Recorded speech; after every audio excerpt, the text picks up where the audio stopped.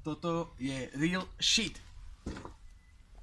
Predmetom tohto videa bude problematika otvoriť korkové víno bez pomoci vývrtky.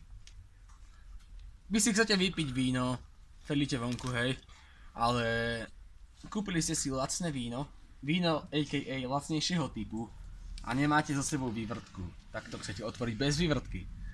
A ja vám chcem pomôcť v tejto problematike. Ako to zvládnem? Počkaj, fajčím. No. Ako otvoriť víno bez pomoci vývrtky. Postup je štandardný. Sundať túto kokotinu.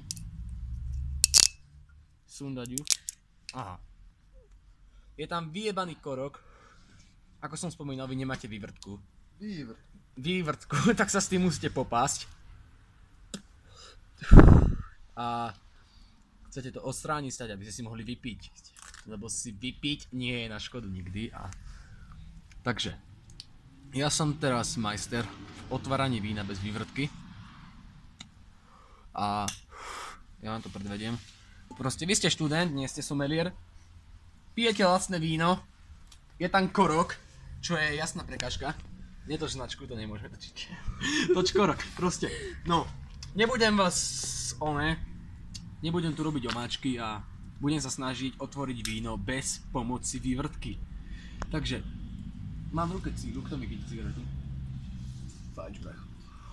Nehanbí sa. No, je tu víno. Je tam vyjebaný korok a vy si chcete vypiť vyjebané víno a nemáte vývrtku.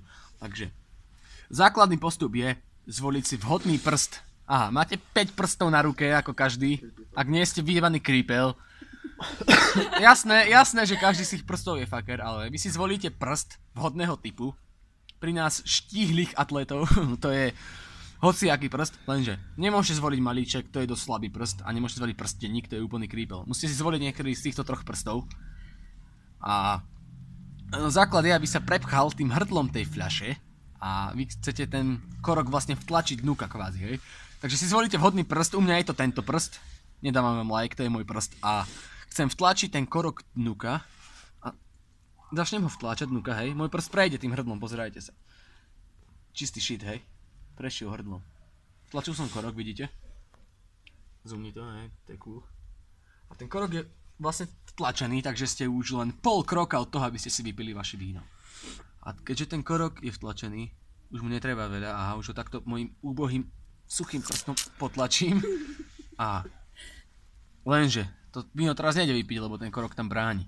Takže vy to víno musíte takto troška odliať, aby ten korok vlastne padol dnuka do piči. Momentík, vy ho potlačíte a vlastne keď takto šplechnete, boha, to sa strihne, hej, to vystrihni. Kurva, proste keď ten korok tlačíte dnuka a vylejete to vyjebané víno stade, tak ten korok, aha, ten korok padne dnuka a vlastne ste otvorili korkové víno bez pomoci vývrtky.